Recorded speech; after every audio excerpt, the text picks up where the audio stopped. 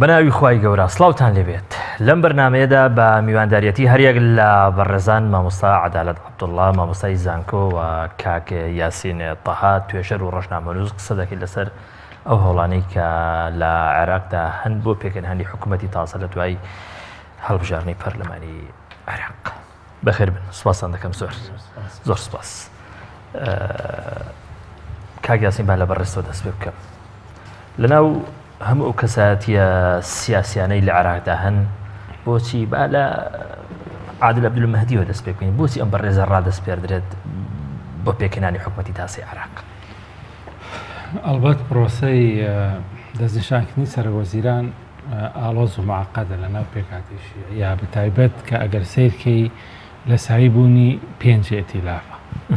و لە سایەی بوونی هەندێک ڤیتۆ لەلایەن مەرجعیەتی نەجەفەوە و لە سایەی بوونی زەختێکی زۆر لە شارعی شیعیەوە لە زەرفێکا کە خەڵکی بەسڕا تەقیونەتەوە و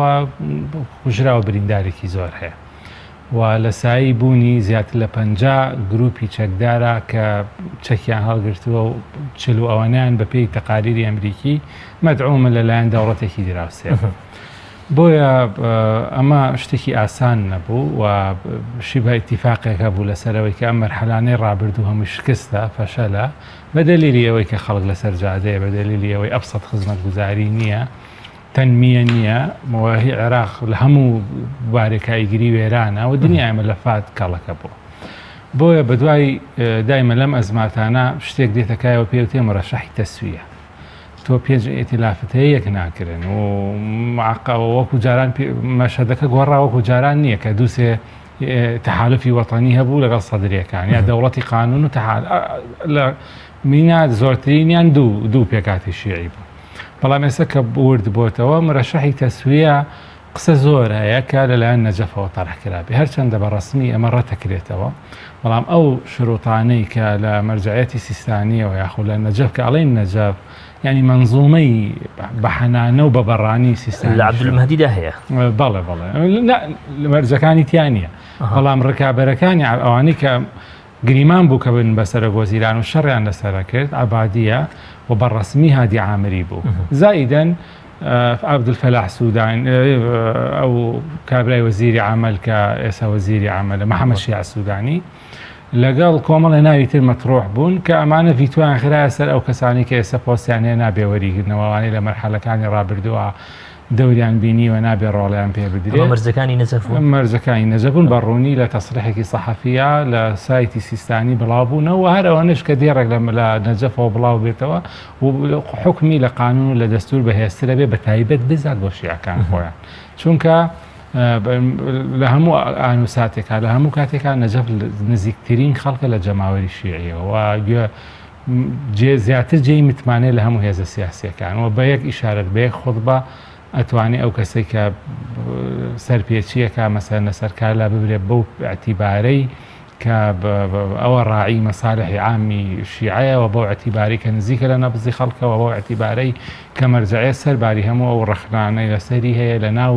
شەقامی شیعی ئەڵبەت مەبەسمە هەیبەت و قودسیەتی خۆیدا ئەم لەحظەیە پاراست و هەرچەندە ئەویش فترێ لە فترەکان تێوەگلاوە لە دەعامکردنی ئەمانەی کە ئێستا دۆخەکان بەمەگەیاندوە. زۆر چاکە. عەبدولمەهدی بەوە تەڕەحکرا وتە ئەم لەحظەیە نقطەی قووەتی ئەوەیە کە مەدعومە هەرچەند تا ئێستا مەدعومە لە نەجەف وا ئەوترێت و هەموو هێزە سیاسیەکان کە قایل بوون بەوەی تەرشیحیکەن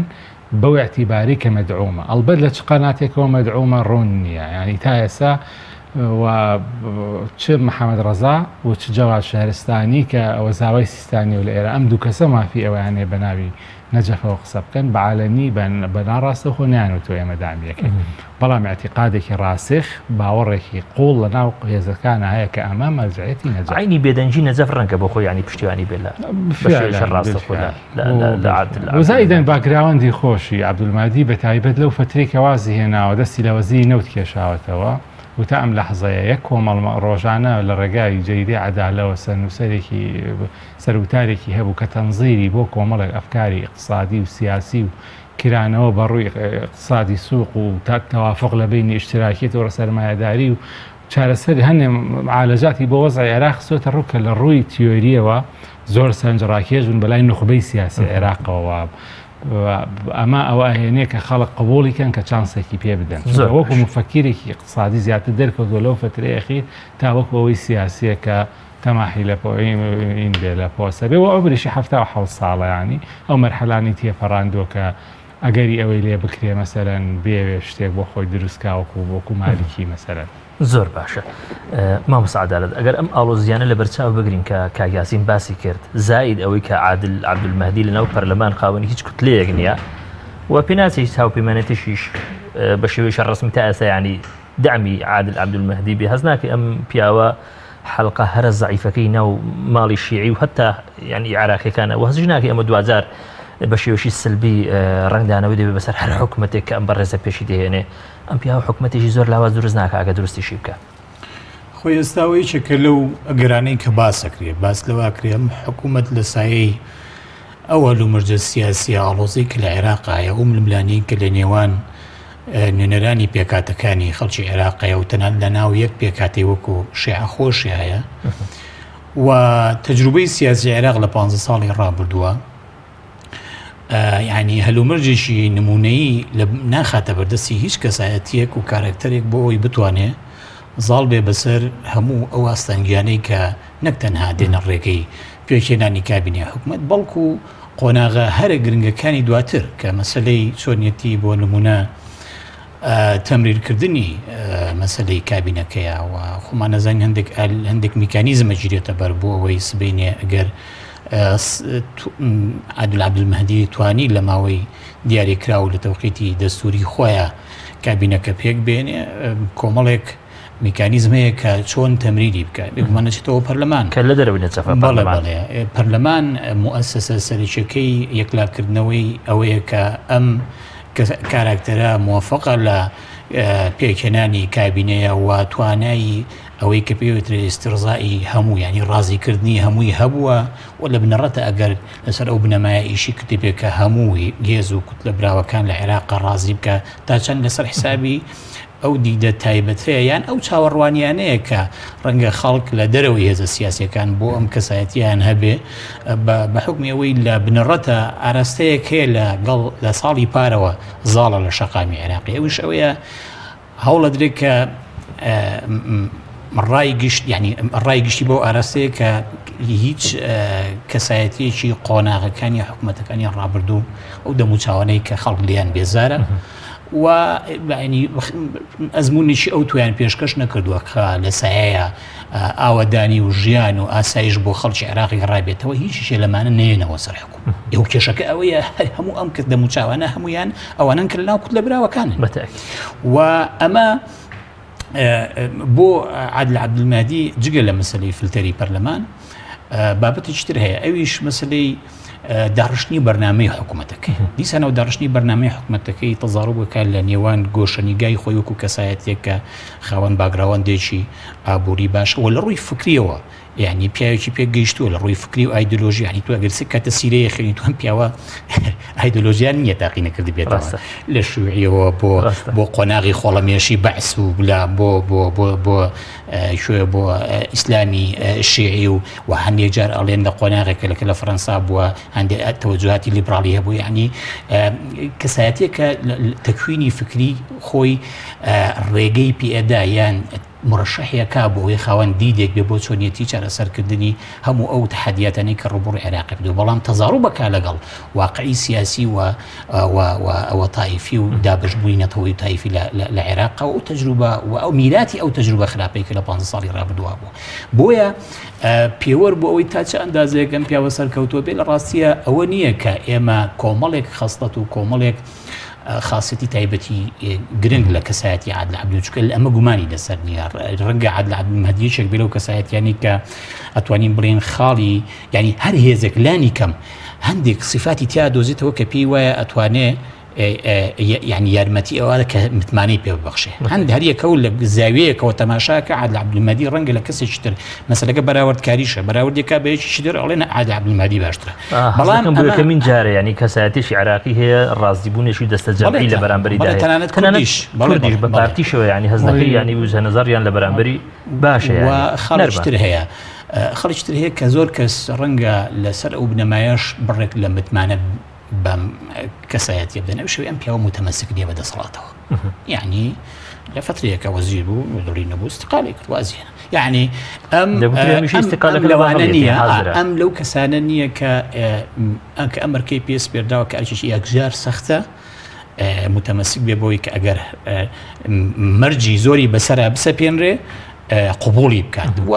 ڕێکەوتنیی مەبدەئیشی هەیە لەگەڵ هەموو کوتلە بەتایبەتی لەگەڵ هێزە شیعەکانە چونکە ئەوە زانێ لە کۆتاییە ئەوەی چارەنووسی ئەو پرۆژەکەی و ئامادەکاریەکانی بۆ پێچێنانی حکومەت یەکلایە کاتەکەەوە بە پلەی یەکەم لەناو ماڵی شیعە و یەکلایە بێتەوە چونکە ئێمە سێ کوتلە سەرەکیەکەی شیعە کە زۆرترین کورسی پەرلەمانیان بەدەچێنەوە هەر لەناو پێکاتەی شیعەیە ئەوان لەناو پەرلەمانە کۆنتترۆلی ئەوەکەن کە سبینی ئەو کابینەیان ئەوە زیریانەی کە ئەم هەڵی بژاردن و پەسەندی کردن شایانی ئەوەن کە دەنجیان پێ بدریا پێ نەدەی بۆیە لە ڕاستیە عادل عەبدولمەدی لەم قۆناغی کە ئێمە ئێستا لەباری ئەوە قساکەین کەسایەتیشی تایبەتی سیاسی هەیە بەڵام ئەم کەسایەتیە سیاسیە تایبەتیە لەگەڵ هەلومەرجێکی زۆر نالەبارایە هەلومەرجێکی زۆر ناهەموارایە کە پێش هەرشتی هەڕەشەکان لەکوێوە بۆ سەری هەڵداوە بۆم کەسایەتی لە ناو ماڵی شیعە خۆیەوە ئێستا وەکو باسمان کرد لە ناو بەرداشێکەیە نێوان بەرداشەکە بەرداشی ئاراستەیە کە پێی وایە ئەبێ استحقاقی انتخابی بۆچی هەڵبژاردن کراوە پیان هەڵبژاردن بۆ کراوە کە هەر هێزێک کورسی زۆری هێناوە ئەو شایانی ئەوە تاک شانی ئەوەیە کە خەڵکی نوێنەرایەتی خەڵکی عێراق زۆر باش ئەگەر لە سەر قسەکەی کاک مامۆستا عەدالەت بوەستە باز لەوە دەکە ئەم پیاوە لە بەردەم مەرجشینا لە بەردا هەست ناکەم کەسی لەسەرەوەی خلافی هەبێ دەگوتری عادل عەبدولمەدی مامەڵەیەکی واقعیانە لەگەڵ واقعی ئێستای عێراقدا ناکە هەر لە سەرەتای تەکلیفکرانی بەچی دەستی پێکرد بە سیدام لەگەڵ ئەو واقعی لە ناو عێراقدا هەیە بەتایبەتی لە دوای ئەوەی بڕیار دەدا لە ڕێگەی سیڤیەوە ینی پۆستە وەزاریەکان پڕ بکاتەوە یان دیاری بکە خۆش دەزانی ئێستا کۆمەڵێک هێز هەیە کۆمەڵێک کوتلەی سیاسی گەورە گەورە هەیە لە ناو عێراق چاوەڕوانی ئیستحقاقی انتخابی خۆیانن یعنی تۆ لەسەر ئەوە دەڵێسی خۆی بەجددی ئەم پیاوە لە سروشتی عێراق دەگا ئەو لە زەرفێکی تاریە هاتووە کە هەر خۆی هاتنی هێنانی ئەو تێکشکاندنی بەتایبەت سەرۆکی پەرلەمانی شەر بەو دۆ خاتیە پەڕێوکە پێوتێ کەسری قەواعیدی تەقلیدی یانی ئەوەی کە بنەما تەقلیدیەکان جاران سونەیەک مڕەشەحیان تەقدیمەکرد بەڵام ئەم جارە سێ مڕەشەحی بەقووت این بوون کاندید بوون بۆ سەرۆکاتی پەرلەمان خالد عوبێدی و سامە نەجێفی محەممەد حەلبووسی گەنجترینیان دەرچووکە هیچ ئەزمونێکی سیاسی نییە لە کورد ئەو بینیمان بەو جۆرە بە تەوافق سەر کۆمار تەقدیم نەکرا لە ناو شیعە ئەوە هاتووە بە زەرفێکی ناکاوە بەڵام ئەوەی کە عادلەیکە مەفرۆزەوا بکات چونکە خۆی اتفاقی شارع هەیە و اتفاقی سیاسیش هەیە کە ئەو مەرحەلەیە پاشیلە و تۆ بتەوێ ئەو مەرحەلەیە چاکەی بە هەمان میکانیزم و ئالیات بڕۆیتەوە سەر لە هەمان نەتیجەوە دەرەچێتەوە بۆی میکانیزمێکی واقعی میکانیزمە ئەرزێتی عێراقی خۆی ئەوە ڕواڵەتە ینی مەسەلەی سیڤی خۆیەکی زیرەکانەیە لەلایەن عادلەوە ممکنە لەو هەزاران سیڤی وەرێگرێ یەک کەسی پێدانەنێت بەڵام بۆتە بربەستێکی گەورە لە بەردەم هێزەکان کە ئێوەش حاڵتان حاڵی خەڵکە فەرم بڕۆن سیڤی تەقدیمکەن ئەوە چەند جانبێکی ئیجابی هەیە یەکێک لەوانە لانی کەم لایەنە سیاسەکانە خاتە بەردەم واقعێکی تاڵ کە بڕۆن سیڤی تەقدیمکەن و ئەمە وایان لێکە لانی کەم کواڵەتی کاندیدەکانیان بەرزکەنەوە بۆ ڕێگرتنە لە فەرزکردنی هەندێک وەزیری تایبەت کە بۆ نمونە بەدر مەجلیسی عەلاوە ئیلا داوایانێ فڵان و فیسار بمێننەوە لە ناو کابینەکە ئیلا مەسەلەن ئیلحاحێکەیە لەسەرەوەی قاسم عەرەجی بمێنێتەوە ئیلحاحێکەیە لەسەرەوەی وەزیری عەمەل بمێنێتەوە ئیلحاحێکەیە لەسەرەوەی وەزیری سەحە مەسەلەن بمێنێتەوە ئێستا تۆڵی بچن سیڤی تەقدیمکەن بەیانی ئەگەر ئەم وەزیرە داننرایەوە بۆ عادل نابێ بە سیدامێکی سیاسی بینی عادل و حزبی داوا بینی عادل و بەدر ئەبێتە سیدام تۆ بەبێ پرۆسەیەک دەرکراوی کە پرۆسی سیڤیە ئەمە خاڵێکی تر لە دروستکردنی حکووماتە ئەوەی کە تا ئێستا هاتووە لە 2023 عیلاقاتی شخصی نفوزی ئەقلیمی پەیوەندی لەگەڵ سەفارەتەکان چەک ضغوطاتی سیاسی ئەمانە دەوریان هەبوو لەسەر فەرزکردنی وەزیر بەسەرەوە بەڵام ئێستا کە بوو بە پسیوی ئەو سیڤیانە ژوەر ناگیرن چونکە منطق نییە تۆ هەموو کەس بتوانێتەوە لە جیهان شتیوانە لەگەڵ تام حتا بە ڕێبەری کۆمپانیایکی بەناوبانگیش بە سیڤی دانانرێت چونکە مەسەلەی وەزیری تەنها کارڕاپەڕاندن نیە تۆ وەزیری لە ناو سیستەمێکدانێ ئەبێ ئەو کەسە 100% دڵنیابی ئەبێ ئەم کەسە وەلای بۆ عێراق هەبێ مەلەکی نەبێ ئێرابی نەبێ بەعسی نەبێ مەسەلەن و بڕای بە ئەو دەستور و عەمەلەی سیاسی هەبێ خەمخۆر بێ ئەمانە ئەم تەسیاتانە بە سیڤی تۆ نایبینی ممکنە کەسە سیڤیەکت بۆ بنێرە زۆر دەوڵەمەند بێ بەڵام بەعسی بێ کەسێک سیڤیەکت بۆ بنێرە زۆر دەوڵەمەند بێ بەڵام لە فترێک لە فترەکانە دژی ئەم پرۆسە ئەم عەمەلەی کە تۆی تا ئیشی کرد بێ بەڵام ئەو خوتوەیە حاجزێکە بلۆکێکە لە بینی عادل و لایەنە سیاسیەکانە و لە ناو وەسەتی سیاسی سن وتەزایەکی عەرەبی باوەکە ئەڵێ هەر کەسێک دوور خرایەوە خوێنەکەی لە بینی قەبائیلا بڵاوە بێتەوە یعنی چۆن عادل مەسئول نییە لە ئقساکردن و لە لابردنی بۆ نمونە ئەو وەزیری کە دادێ ئەی خاتە ئەستۆی سیڤیەکان و هاوکات دەگەڵ سیڤیەکە ئەوە بەیانەکە ئەوە بوو کە من ناتوانم استیقبالی وەفود کەم ناتوانم پێشوازی لە وەفدی لایەنەکان کەم پیرۆزبایی دەستان خۆش بێ هەر کەسێ داوای پۆستەکە و تەموحی هەیە خۆ لە خۆی ڕابینێ با تەقدیمی سیڤیکە و هەر کەسێ پێشنیار و سەرنجی با کۆنتاک لەگەڵ تیمەکەم کا بە تەلەفۆن بەڵام لە ماوەی دوو ڕۆژی ڕابردوو هینێک ئەبین لێر لەوە نەیتوانی ئەوە باتە سەر بۆ نمونە دوای چەند ساعتێک لەگەڵ سەفیری ئێران کۆبوو دوایی لەگەڵ ئامار حەکیم کۆبوو دوایی لەگەڵ وەزیری دەرەوەی تورکیا کۆبوو ئەمڕۆ چوە بۆ حەنانە بۆ نەجەف بۆ بینینی مختدا سەدر ئەمڕۆ وا دەرەکەوێت سەردانی شاندی پارتی سەردانی کوتلەی پارتی دیموکراتی کوردستانی کردوێ لە ناو پەرلەمان لە کاتێکە بگەڕێتەوە بۆ بەیانی سیڤیەکە دوو ڕۆژ پێشێسە ئەڵێ بە هیچ جۆرێک ئەتیزارەکە و ناتوانین ئیستیقبال کاتە مامۆستا عەدالەت دەکرێت بڵێن ئەم هەنگاوەی عادل عەبدولمەهدی جگە لە ئیستیهلاکێکی ئەلامی هیچی تر نەبووە ینی بەتایبەتی بۆ ڕازیکردنی شەقام خۆی وای کەوتوتەوە کە ئەمە با بڵین دەست پێشخەرێکی معنەوی زۆر گرنگە سەبارەت بە چۆنیەتی خۆلادان لە دووبارەکردنەوەی ئەزمموی ئەوانی ڕابردوو کە کاتێک حکوومەتیان پێست پێدراوە کە پێشی بێنن وا تەماشاکرێک ئەمە هەندێک جار وەکو ئەوەی کە داهێنانێکی تایبەت بە عادل عەبدولمەهدی بێ بەڵام لە ڕاستی خۆی وان نییە ڕاستیە ئەمەی کە خەڵک بکرێ بە وەزیر لە ڕێگەی فۆرمەوە بە قەنەعەتی من بریتیە لە دۆزینەوەی میکانیزمێک بۆ تەرجەمەکردنی ئەو تێزەی کە داوای دروستکردنی حکوومەتێکەکە لەسەر بنەمای کەفاعات و حکوومەتی تەکنۆکرات و حکوومەتی خەڵکی شارەزا و سەربەخۆ تەرجەمەکردنی ئەو تێزە تەنها ڕێگایەک لە وەکو میکانیزم بۆ جێکردنەوەی لە پرۆسەی پێچێنانی حکوومەتە ئەم فۆرم دابشکردنی فۆرم و کردنەوەی فۆرمە بە شێوەی ئۆنلاین بۆ خەڵک بۆەوەی یعنی مەسەلەکە عادل عەبدولمەهدی کەسێکی ئەوەندەش ئایدیاڵست نییە لە واقعی عێراق تێنەکە ئەزانێکانی شتەی عەمەلی نییە بۆ نمونە هەر دوێنێ یەکێک لە تەیاری حکمە ئەڵێ کاکە تەنها تا لەمەوەی 24 ساعتی ڕابردووە 36,000 کەس تەقدیمی کردو لەم 36,000 کەسە بەلای کەمەوە نزیکەی لە ساب 23یان بەس ئەوانن کەوە بڕوانامەیە لە ماجستێرە و بەرەو دکتۆرای ینی بڕۆخەوەن بڕوانامە باڵاکان ئیفراسکردنی ئەم هەموو فۆرمانە بەلانی کەمەوە پێویستی بە چەند مانجێک ڕست لە کاتێک عادل عەبدولمەهدی 24 ئەبێ هەموو شتێکی تەواو کردبێ کەواتە ئەم میکانیزمە بە پلەی یەکەم ئەوەندەی بە ئامانجی تەرجەمەکردنی ئەو تێزەیە کە لە ڕێگەی فشارێکی گەورەی نەک هاوپەیمانێتی سایرون و لە ناو هاوپەیمانێتی سایرون بە پلەی یەکەم ڕەوتی سەدر و لەسەر و لە ناو ڕەوتی سەدر بە پلەی بابڕێن باڵاک لە لایەن کەسێکی وەکو مختدا سەدرەوە پێشنیار کراوە ئەوانیش وەکو یعنی کوتلەی هەرە براوی هەڵبژاردنەکانی 12 ئایار ئەیانەوێ بڵێن کە ئێمە ئەم تێزەی کە تە پێشکەشیەکەین و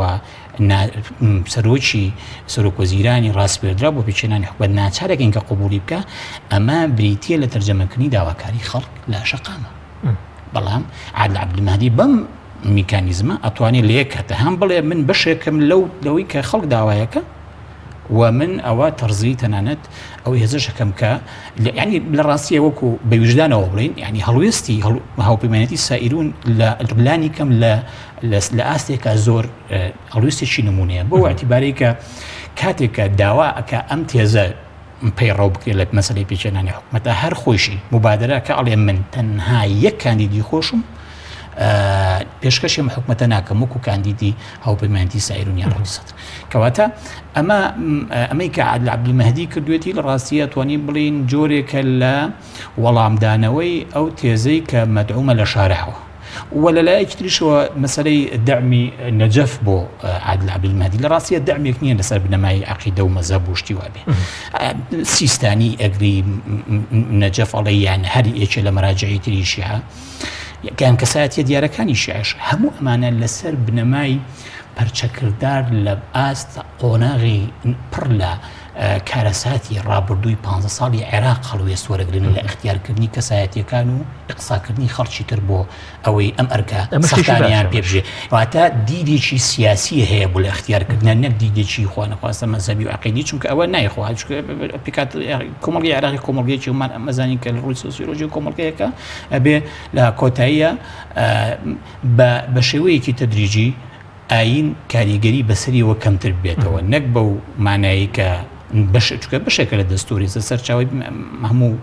یاسایەکە لە عێراق بەڵام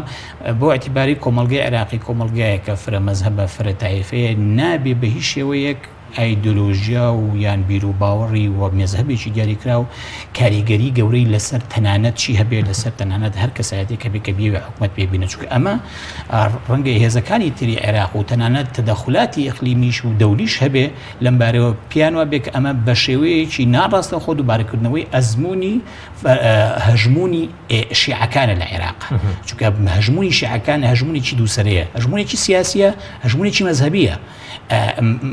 مەزهەب بووەتە پاڵپشتێکی گەورە بۆچی بۆ توانای سیاسی شیعەکان لە عێراق و هیمەنی سیاسی شیعەکان لە عێراق بە دلیلی شەڕی داعش ئەوەی کە لە سنوورێکە یعنی لە ژێیەکی دیاریکراوە سنووری بۆ دانا لە ڕاستیە ئەو فتوانەیەکە لە مەراجعی شیعە بۆیان دەرچووکەواتە مەسەلەی پاڵپشتی نەجەف لەسەر بنەمای ئەوەیە کە خەڵکی گەندەڵ جارێکی تر حکومڕانی لە عێراقانەکە بەو لانی کەم بەو ئومێدەیە کە خەڵکی گەندەڵ نەبی لەم چوارچێوەی اختیارکردنی عادل عەبدولمەهدی لەمەوە دێ لە ڕاست زۆر چاکە با کەمە قسە بکەین لەسەر ئەمریکا قسە بکەین لەسەر ئامادەی ئەمریکا لەو عملیەی لە دوای 24 تقریبا نەوە بووانیە دەگوزرە لە عێراق بەڵێ لەبارەی ئەمریکاوە ینی حەزەکەم عەفو یەک تەوزیح ینی بەلای مەرجعیەتیشەوە زۆر گرنگە کە پۆستی سەرۆکوەسییان لە شیعە نەچێتە دەرەوە ینی تایفێت لە عێراق تایفێتێکی سیاسیە با دینیش نەبێت یعنی عادل کەسێکە لە ڕەنگە زۆر لە عەبادی مەبدەئی تر بێ لە ناو شیعە بەو ئەتیبارەی کە نزیکترین کەس بوو لە ئایەتوڵڵا محەممەد باقر حەکیمەوە کە ئەگەر تا ڕۆژگاری ئەمڕۆ بمایە زۆر بەتاکید مرەشەح بوو بە قووەت بۆ خلافەتی سیستانی و عادل فترێکی زۆر لە ئێران ژیاوە و زۆر حرەکی تر بووە بەو ئەتیبارەیەکێکە لە ڕموزی مەجلیسی عەلا بەڵام کەسێکەوە نەسراوە کە متەقەلیبە یعنی بەڵارەکانی ژیانی ئەوە گەر بخوێنیەوە بەڵام لە ئەخیر مەحەطاتی حیاتیان لە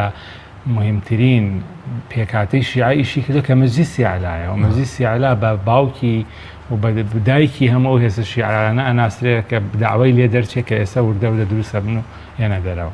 عموماً نقطەی مەرجعیەت لەوەیە کە سوڵتەی لەدەست نییە سوڵتەیەکی باوکانە هەیە سەی نەبزی شارعەکە و هیچ تەکلیف ناکات لەسەر ئەو کە داعمی شتی خەی باش و چاک بکات وەکو نییە لە سوڵتە بێت و لەژێر بارگرانی یاسا و ئابووری و اقتصاد و داهات و دەخل بێ تقریبا سەی مەزاجی شارعەکە کە مادام مەزاج و ڕەز بوون و خۆپشاندانەکەن دامیانەکە مادام مەزاج ئەمان هەمووی بسم الدین باگۆنە الحەرامیە ئەومانە دزیمان لێکن باشە ئۆکەی بە ئەمانە بڕۆن خەڵکی تر بێن بۆ ئەو هیچ زەرێک نییە دامی عەبدولمەهدی لەو منتەلەقەوەیە کە ڕێگە بگرێت لە پێکدادان یانی لە اقتتالی شیعی چونکە تۆ ئەگە لەسەر ڕئیس وزەرا بیدەیتە دەست عەسایب و بیدەیتە دەست سەدر هەردووکیان چەکیانەیە و هەردووکیان بەریەکەوتنی قوڵ لە بینیانێ ناکەنە نەتیجە و ئیلا ئەبێ کەسێ بێ حەسمیکە لەگەڵ ئەمە باسی ئەمریکات کرد خۆی پێکهێنانی حکوومەت ململانەیەکی ئەمریکی ئێرانی بوو لە ڕێی ماگۆرک و سلێمانیەوە بەتاکید چەند مانگ ئەڕۆشتن و هاتن هەتا ئەو دقەی کە عەبدولمادی تەڕح کرا بە قووەت و دەعم کرا ئەوترێت تا ئەم لەحظەیە ئەوترێت کە جەماعەتی سیستانی قەناعەتیان بە سەدر کردووە کە تەبەنی بکات چونکە تەرشیحی عەبدولمادی بە دوو وەرەقە کراوە دوای کۆکراوەتەوە لە یەک وەرەقە سائرونی تایە تەحالفی بینایی تایە حتى تحالفی ئیسلاحی تایە کە عەبادی سەرۆکایەتیەکە بە معنای ئەوەی جهەتێکی زۆر نافذ زۆر باڵادەست زۆر قسە ڕۆشت و توانیوێتی ئەم هەموویەتی لافە لە کاتێکا کە بەپێی استحقاق حقی سائرونە بەپێی استحقاق مثلا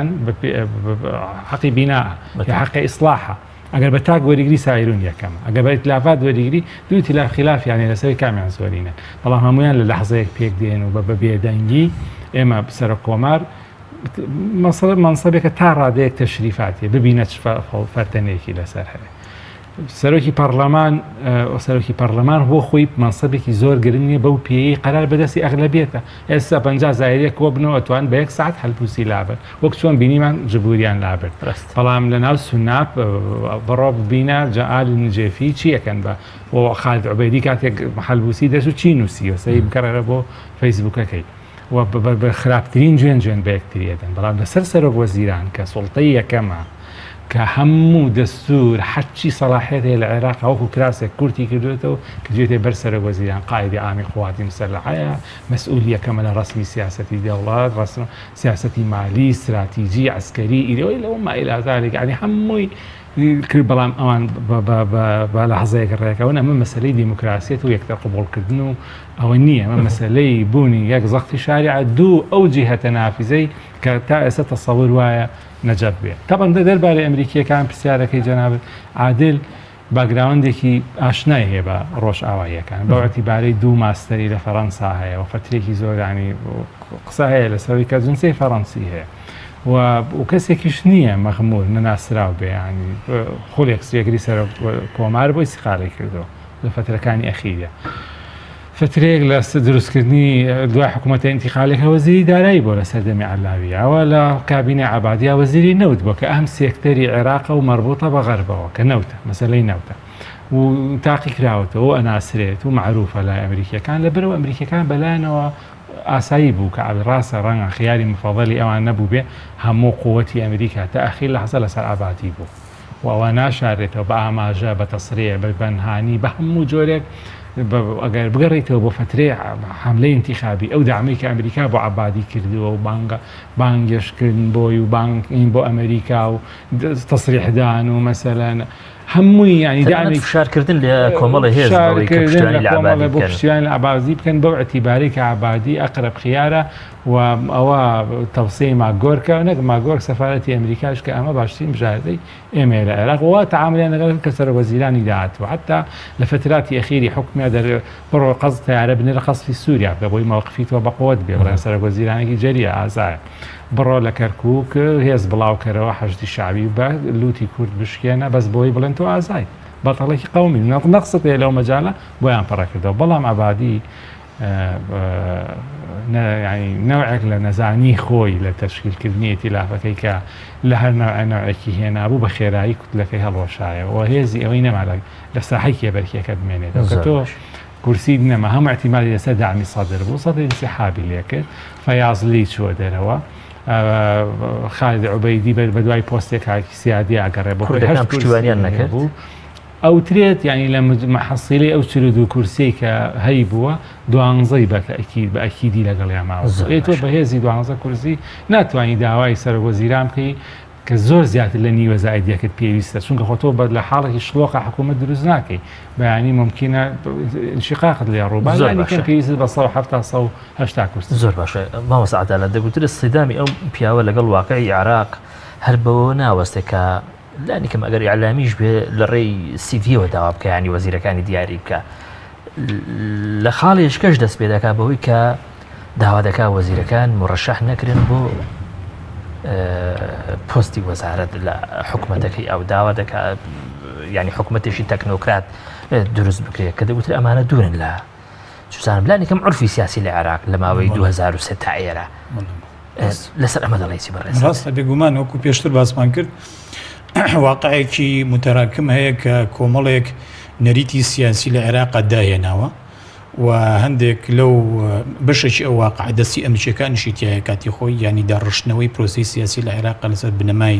محاسەسەی تایفی لە ڕاستیە ئەوان ئەمریکیەکان لە دوورەوە کاتێک کە دیراسەی کۆمەڵگەی عێراقی و تەجروبەی سیاسەتی سیاستیان کردوانی هەلومەرجی سیاسی و تاریخی سیاسی عێراقیان کردو پێیان وایە کە ئەبێ لە کۆتاییە ئەوەی کە پێوترێ منزومەی سوڵتای لە عێراقا ئەبێ بە شێوەیەک دابڕێژرێت کە لانی کەم ڕێک پێچەوانەی قۆناغی حکمی بەعز بوو بێ لە 1968ەوە بۆ 2003 ئەمە جگەل لە قۆناغی پێش بەعسیش کە هەمومان نەزانین تەنانەت لە سەردەمی عەبدولکەریم قاسمەوە لە شۆڕشی 58ەوە پێش عەبدولکەریم قاسم لە عێراق کە لە 21ەوە دامەزرێ سەردەمی مەلیکی چ بە بەردەوامی ئەوە پێکاتەیەکی دیاریکراوی عێراق بۆ کە حکمی هەموو عێراقی کردووە ئەساسی داڕشتنی پرۆسەی سیاسی بریتی بوو لە ئینقلابیشی گەورە کە ئەمریکیەکان لە ئەندازیاری بوو لە ڕاستی ئینقلابیشی گەورە بەسەر ئەو ئیرسە تاریخی کە هاتووەکە یەک پێکاتە حکمی عێراق بکە بەڵام کە خۆیان ئەندازیاری داڕشتنەوەی پرۆسەی سیاسی لەسەر بنەمای محاسەسەی تایفی ئەمە کۆمەڵێک نەریتی سیاسیشی بەدوای خۆیان هێنا کە جێگیر بووە ئێستا بۆ نمونە بۆنە بێجگەر ینی بێجگە لەسەر حکومەت تەنانەت لە تووتە تەماشای پەرلەمانیش بکە ینی پەرلەمان ئەگەر عرفی سیاسی نەبێت چۆن جێگیری سەرۆکی پەرلەمان بەرێماکەوێ ئەگەر عرفی سیاسی نەبێت چۆن جێگیری سەرۆکی حکومەت بەرێماکەوێ یعنی ئەمانە هەموو لەسەر بنەمای عرفی سیاسی لە دوای 2005ەوە تقریبا داڕێژراوە و چەسپیوە ئەمریکیەکان ئیلهام بەخشی بوون کە عێراقیان لەسەر پێویستی بەشداربوون و شەراکەتی هەموو پێکاتەکان داڕشتووە و ئەمە ئێستا زۆربەی زۆری هێزەکانیش قەنەعەتیان وایە کە بۆ ئەوەی حەدی ئەدنای استقراری سیاسی لە عێراق هەبێ ناتوانن بە لە کونفەیەکوونێکە ئەم عرفانە بەجێ بێڵن بۆیە عادل عەبدولمەهدی تەنانەت لە پێری لە ڕۆژنامەی مەدایە خوێدمەوە ئەڵێ ئەو حکومەتی کە ئێمە بە تەماین دروستی بکەین بێگومان سەرکەوتو نابێ گەر پاڵپشتی هێزە سیاسەکانی عێراق ناتوانێت تەجاوزی چاوەڕوانەکانی هێزە سیاسەکان لەسەر ئەوەیە عادل عەبدولمەهدی ئەوێ پیشان بدە کە ئەم جیاوازە لەگەڵ قۆناغی ڕابردووە بەڵام جیاوازەکە بێگومان لە کۆتاییە جیاوازەیەکی ممکن ئەبێ جیاوازێکی ڕێژەیە بێ یعنی لە سنووری ممکن و لە سنووری تەجاوزکردنیی ڕێژەیی قۆناغی ڕابردووە بێ بۆ جۆرێک لە دروستکردنی حاڵەتێک لە تەوفیقکردنی نێوان ئەو هەموو تێزە جیاجا و لە هەمان کاتەکە هەنێکشیان بەریەکەکەون هەندێک لە تێزەکان بەریەکەون ناکۆکن بێت تێزی سایرون جیاوازە لەگەڵ تێزی بۆ نمونە سونەکانی عێراق ئێستاوە داوای کۆمەڵێک وەزارەتی سیادیەکەن یعنی لەگەڵ تەنانەت جەماعەتی فەتح ینی هەتا کوردیش بەڵێ تەنانەت کوردیش ینی بەڕوون و ئاشکرا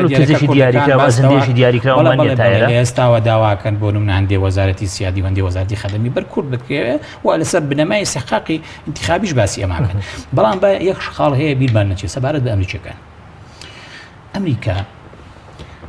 بۆ مەسەلەی عادل عەبدولمەهدی لە ئەبێت لە چ ڕوانگەیەکەوە تەماشای ئۆکەی ئەمریکیەکان بکەین لەسەر عادل عەبدولمەهدی ئەمریکیەکان نەهاتوون یان استراتیژی قۆناغی نوێی ئەمریکا لە سەردەمی ترامپە بریتی نییە لە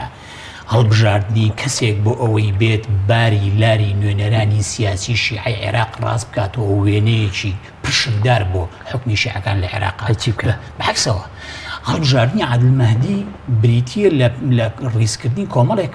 پلانی A B C D هەتا ئەڕێنی ئەمریکیەکان بۆ ناسراون کە لە قۆناغێکی دیاریکراوە هەڵوێستێک دەرەبڕن یان سیاسەتێکی دیاریکراوە ئەگنە بەر بیل لە تەداعیاتەکان چێکەنەوە و بیریش لەواکەنەوە کە ئەگەر سبەینێ ئەوەی ئەوانوەکو گریمانە دایان ناوە جێبەجێ نەبێت تحلیلی ئەمە بکات سادەتریەکەینەوە عادل عەبدولمەهدی لە هەموو حاڵەتێکە ئەو کەسەیەکە ناتوانێت شیعیەکی ڕادیکاڵ و متتەڕف بێ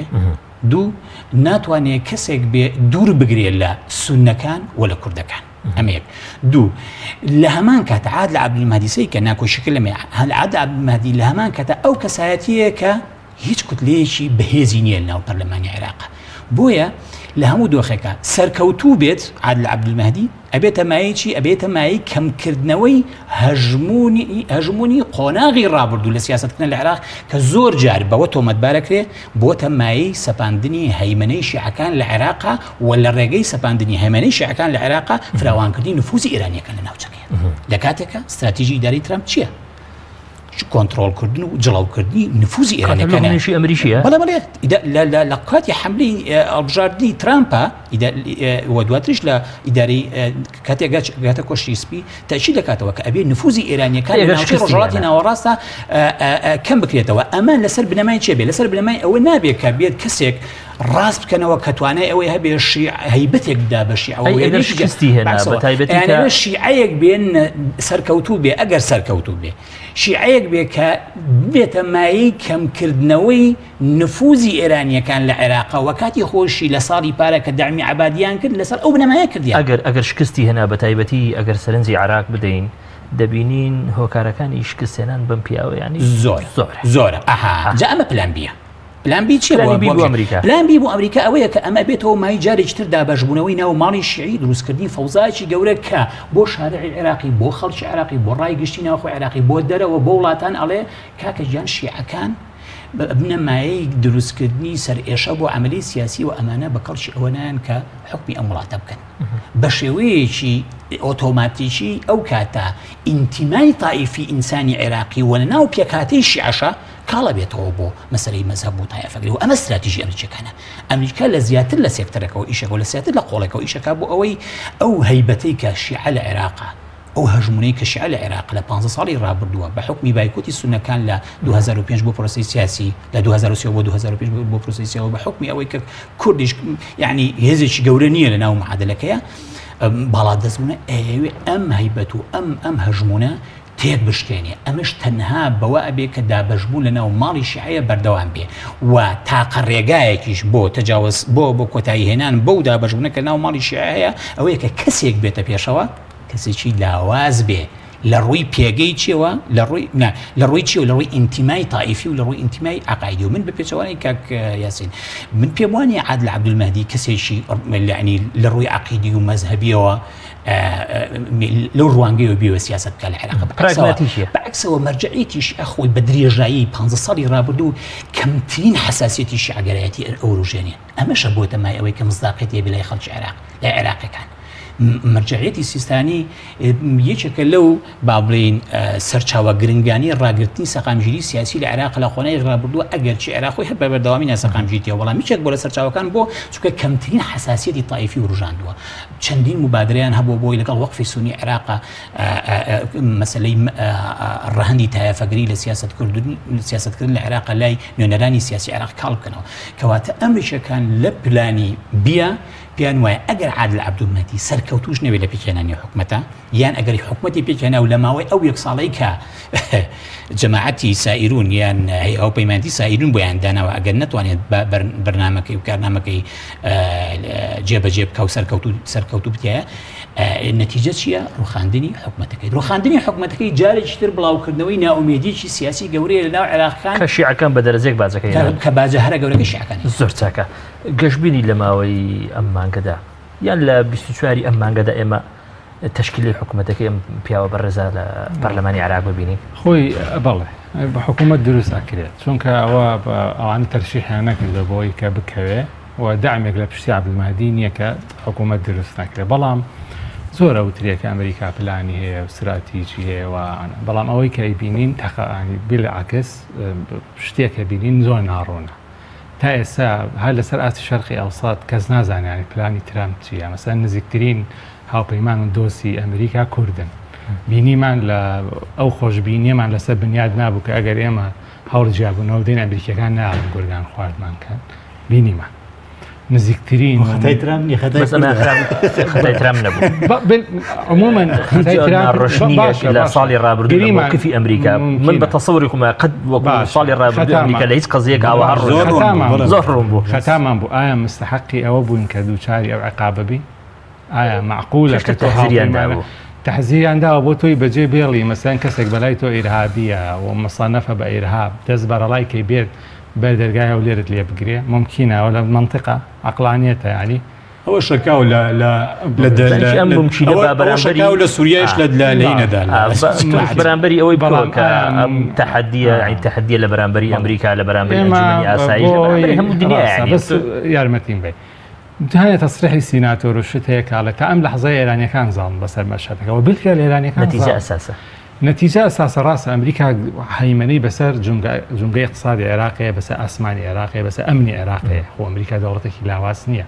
بەڵام وەکو گەمە لەسەر ئەرس ئێرانیەکان براوە ئەزانی بۆ لەبەر تەواجودیان هەیە لەبەر ئەوە ئێرانیەکان بن کوتلێ عەبادیان تەفکی کردوڵیان وەشان و فەیازیان بە لەحظەیەک ئینقلاب پێکرد بەسەر عەبادیە ئەوە ئێرانیەکانن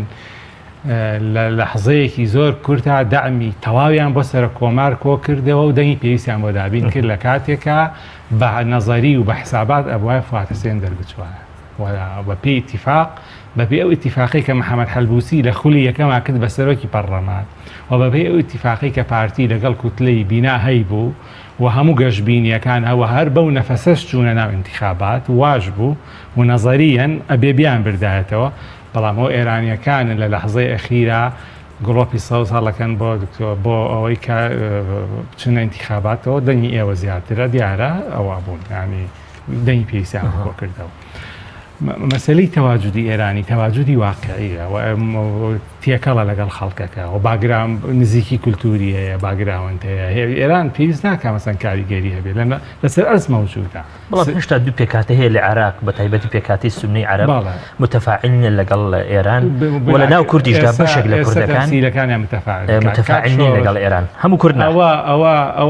ئەوە شتێکی نەزەریە ئێمە پێمان وایە ئێستا سونە لەگەڵ ئێران متەفاعل نیە ئەسڵەن سنەی فاعل کاریگەر ئێستا لەگەڵ ئێران متەفاعلە ئێمە بەبەوەین بە کڵێشەی نەبین کە بڵێن سونە بێت دژی ئێران بێ وەڵامی فکرەکە چێ ئانی مەسەلەن ئەمباریەکان کوتلێ حەل تەواو لەگەڵ حەشت یعنی لە ماڵ ئەبوومادی دانیشتن مشورەتەکان یعنی تەنها نجێتیەکان لەگەڵ ئێران کۆگنین لەبەرەوەی لەسەر تورکی محسوبن و ئەسڵەن ئەو کەسانی کە ئێستا قسەیان ئەڕوانە ناو سونە و کار بەدەستن و بڕیار بەدەستن ممکن نییە بە فلتەری ئێرانیا تێپەڕ نەبووبن لە نەتیجەی چی لە نەتیجەی ئەوەی وەکو کورد گەشتنە یەس کە بە دوای ئەمریکا کەوتن هیچ بۆ ئەوان ناکە لەبەرەوەی بۆ ئەوەی کە تۆ حەشت لە خۆ دوور خەیتەوە بۆ ئەوی بەر نەکەوی لەگەڵ شیعەکان پێویستە بڕۆی لەگەڵ ئێرانیەکان ڕێککەوی ئەمە معادلەکە واسەحە ئەگەر ئەمریکان نەوتی عێراقی بەدەستە ناتوانێت ئەمبار خەڵک پارێزێ ناتوانێت فەلوجە لە شەقی ثارۆڵا پارێزێ ئەو نەوت ئەبە لەبەرەوە ئەوانەی لە نوێنەرن لە ئەمبار و لە سەلاحەدین و لە تکریت و لە ئەمانە ئەچن لەگەڵ عەسایب ڕێکەون لەگەڵ کەتایبی سەیدی شوادار لەگەڵ ئەبوومادی ڕێکەون زۆر مسۆگەرترە لەگەڵ ماگۆرگ ڕێکەون کە دوای ئەوەی بینیان ممکنە بە سەد تەلەفۆنی نتوان بیبینەوە ئەمە شتی واقعی زۆر جیاوازە لەوە ڕاستە مش لەگەڵ تام ئەمریکا نەوتی عێراقی بەدەست ئاسمانی عێراقی بەدەست ئەتوانێت بە یەک لەحظە هەچی پارەی عێراقی لە جیهانە بیخاتە مەترسیە و داوا و سکاڵای قەرەبووکردنەوە ئەمانە هەمووی ڕاست بەڵام لەسەر ئەرز پێکاتەکان دڵمتمەئینترن بەوەی کە لەگەڵ ئێران جۆر بن حتا لە هەولێر لە دوای ڕیفراندۆم بۆ کرانەوە بەڕووی ئێرانە بەو شێوەی کە نەمان بینی بۆ ئێستا ئەیبینین لەوەی قەناعەتەوە هاتووە کە ئێرانیەکان تەرەفی فاعلن لەسەر ئەرز زۆر لە جمگە گرنگەکان و ئەساسی و گەورەکانە ڕاستە ئەمریکیەکان ئەمریکای ترام زۆر زەحمەت کەمە ماوە ئەم کاتەکەمی کە ماومانە کە بە قسە دەکەین لەسەر سروشتی ئەو پەیوەندی کە دەشی ئەمە لە داهاتوودا لە نێوان کورد و لە نێوان بەغدادا بیبینین هەرچەند بە خۆت دەزانی مامۆستاژیان ئەمڕۆ لەوەی کە پەیوەندی بە کوردەوە هەیە ئێمە ناتوانین بڵێن مووقفێکی گورتووی کوردی هەیە لە بەرامبەری بەغدا ئێمە لە بەردەم کۆمەڵێ مووقف داین کە دابش بە بەسەر هێزە سیاسیەکان لە هەرێمی کوردستان کە هەریەکان بە مووقفی جیاواز لەگەڵ بەغدا مامەڵە دەکات دەوتری لە ئایندەدا ئێمە لەوە گەڕە لەگەڵ بەغدا ڕوبڕووی کۆمەڵی کێشە دەبینەوە بەڵام کورد خۆی لەگەڵ خۆی لە بەغداش ڕوبڕووی کێشەیە خەریکە دەبێتەوە هەموو کوردنا بەنمونە پارتی و سەرۆک کۆمار بە تایبەتی لە دوای ئەوەی کە پارتی ڕای دەگەنێ دوکتۆ بەرهەم لە دوای ئەوە دەبێت بە سەرۆک کۆمار بنەرایەتی هەمووی کورد ناکە ئەگەر من لە گەیانی تعبیرەکە هەڵا نەبوو بۆ ئەمە چ کاریگەریەشی دەبێت لە ئایندەی سروشتی ئەو پەیوەندی کە دەشێت لە نێوان کورد و بەغدایانی لە داهاتوودا بێتە پێشەوە خۆی ئەو پەیوەندیە بە پلەی یەکەم چێتە حکومی پێوەکە هەڵوێستی هێزە سیاسەکانی کوردستان لێرە لە پەیوەندیە تەمام بە وەزعی بەڵێ بە پلەی یەکەم ئێستا لە بەغا لە ڕاستیە دۆخێکی تازە گوزەری ئەبێ ئاگاداری ئەو خاڵە بین. پارتی لەوە تێدەکە بەڕای بەڕێز بە بڕای من پارتی دیموکراتی کوردستان گرێوی لەسەر ئەوەیە کە گۆڕانکاریش گەورە لە سیاسەتی با بڵێن نوێنەرانی شیعەیە ڕوویدا بێ سەبارەت بە کوردستان دوای ڕووداوەکانی 16 ئۆکتۆبەر و ئەوانە پێی وا بێ ئەم قۆناغی کە ئێستا هەیە قۆناغی تێپەڕاندنی ئەو گرژیانە بووە کە لە نێوان بەغدا و هەولێرە هەبوو بەڵام لە ڕاستی ئەو قۆناغە هێشتا کۆتایی نەهاتووە و ماوە و باشترین بەڵگەش بریتیە لە چۆنیەتی پرۆسی یەکلاکردنەوەی کاندید بۆ سەرۆکایەتی کۆمار یعنی هێزە سیاسەکان ڕاستە زۆر جاریان کوت لە پەرلەمانیەکان ئەتوانن با بڵین لەسەر بنەمای جێبەجێکردنی هەڵوێستی هێزە سیاسەکانیان هەڵوێست وەربگرن بەڵام عێراق لە هەلومەرجێکی زۆر جیاوازەیە پەرلەمانتارێک لە عێراق لە ناو کوتلەکانە هەنێ جار لە ڕاستی نەکەنێ جار جاری وەیە زۆر جار پابندی سەنانەت سیاسەتی کوردەکەی خۆشی نابێت و ئەمە ئێمە بینیمان لە مەسەرەی کاندیدکردنی سەرۆکاتی و بۆ چونکە پەرلەمانتارەکانیش بەشێکی زۆریان ئێستا ئەیانەوێ وێنەیەکی تر پیشان بدەن کە ئەوان ئەوەی کە لە بەرژەوەندی خەڵکی عێراقا بێ ئەوەی کە بێتە مای وەحدەتی عێراق و عیبارەتانی کە بە بەردەوامی ئیستێلاکەکرێ بێگومان وە کاریگەری خۆشی هەیە بەم شێوەیە نوێ بڵێن کە بۆ نمونە لە ڕێگەی بە بەتایبەتی مەسەلە یەکلاکردنەوەی سەرۆکی کۆمارە بڵێن کە عێراقێکی ترە عێراقێک نییە بە ئاسانی ڕووداوەکانی بیر بچێتەوە یعنی یەکێک لە مەسجەکان ئەوە بووکە وترا ولا طبعا لە ماوەیەکی زۆر لە تۆڕە کۆمەڵاتیەکانیشەوە تەسویقی سیاسی زۆری بۆ کرێکە مەسەلەی بوومە کاندیدکردنی کەسێکی وەکو بەڕێز دکتۆر فواد حوسێن وا خوێنرایەوە لە شارعی عێراقی وا خوێنرایەوە کە ئەمە جۆرێکە لە ئیسیهانەکردن بە موقعی سەرۆکایەتی کۆمار و بە هەموو عێراقیەکان ئەیانوت بۆ یعنی بارزانانی ئەگەر ناوێ ئیانەی هەموو عێراق بکە بۆچی مدیری مەکتەبەکەی شەقامی کوردی بە پێچەوانەوە لە کاتێکە بەڵێ لە کاتێکە بۆ نمونە کەسایەتێکی زۆر شایستە هەبوو کە کاندیدی بکردایە کە بریتی بوو لە بەڕێز دکتۆر ڕۆژنووری شاوەیست چونکە بە درێژایی پرۆسەی سیاسی عێراق ئەو پیاوە لە بەغا بووە بە چەندین پۆست و بە چەندین لەو و جێگری سەرۆکی حکومەتی عێراقی بووە و مەندامێکی مەکتەبی سیاسی کۆنی پارتیە و بالمناسبە ئەمەی کە ئێڵێم زانیاریە بەشێکی ئەندامانی مەکتەبی سیاسی پارتی دیموکراتی کوردستان زۆر لەگەڵ کاندیدکردنی دکتۆر فواد حوسێن نەبوون بەڵام قسەی بارزانیان پێ ناشکێنرێ دوو ڕووداوەکانی مەسەلەی ڕیفراندۆم کە کرا ئەگەرچی هەموو هێزە سیاسەکان دەنجاندا بۆ سەربەخۆی کوردستان بەڵام کێشەکەەوە بوو کە پارتی دیموکراتی کوردستان بە بەردەوامی وای تەسویقەکە کە ئەو عەرابی پرۆسەکەیە بێگومان کە تۆ خۆت بە عەرابی پرۆسەیەک بزانین ئەبێ بزانین لە چوارچێوەی عێراقێکە کە جارێکی تر کۆی پرۆژەکەی تۆ تێگەشکێنێ باجەکەی کۆتایی نایە هەر بەوەی کە لە ساڵی پارە کۆمەڵێک سزای ئابووری و سیازی کوردستانرەوە تقریبا ئابڵوقەیەکی گەورە تا ڕادەی ئەوەی کە حکوومەتەکە کۆتایی پێبێنێ ڕۆشت بەڵکو ئەو باجە درێژای کێشێ باجەکە لە تەنانەت یەکلاکردنەوەی پۆتی سەرۆک کۆماریشە جارێکتر ڕەنگی دایەوە و من پێم وابێ یەکێتی تەکتیکی سیاسی زۆر گەورەی کرد و تەسویقیشی وەشی بۆ کرد یعنی لە بەغا بە هەموو عێراقیەکانی وت کاکە گیان سەرۆک کۆمار ئەبێ بەو شێوەیەک لای بکرێتەوە کە لە ڕابردووە هەبووە ئەو ڕستەیە تاو بکەم و ئێمەین ئەتوانین هاوسەنگی سیاسی بۆ هەموو عێراق بژێڕینەوە و تەنانەت لە ڕێگەی ئێمەشەوە پەیوەندی نێوان پارتی دیموکراتی کوردستان و بەغا یان هەولێر و بەغا باشتر بێت. زۆر چاکە پارتی لەوە تێدەگا زۆر چاکە کاتم نەما 10 سانیە بۆ تۆ هەر ناتوان بەدەسانێ بەڵام پارتی تەرەفێکی ئەساسیە و ڕاستە ئەوەی کە ڕوویدا بەڵام پارتیکردی زۆر شتی لەوەی ئینتریان تێپەڕاندووە من قەناتم بۆیە کە مەساڵح دەستی پێکرد و چوونە ناو تەشکیلەی حکوومەتەوە ئەو بارگرژی و دڕەتفیعلانە نەمان ممکنە بگەن. زۆر چاکە زۆر سپاسانەکەم زۆر بەڕێز کاک یاسین تەها توێژەر و ڕۆژنامەنووس و هەروەها زۆر بەڕێز مامۆستا عەدالەت عەبدوڵڵا مامۆستای زانکۆ زۆر سپاس توێشەکەم زۆر سپاس بۆ ئێوەش بینەرانی بەڕێز تا لە هەفتەی داهاتوو پێتان دەگەمەوە هەموو لایەک بەخوای گەورە سپێرم خواتان لەگەڵ.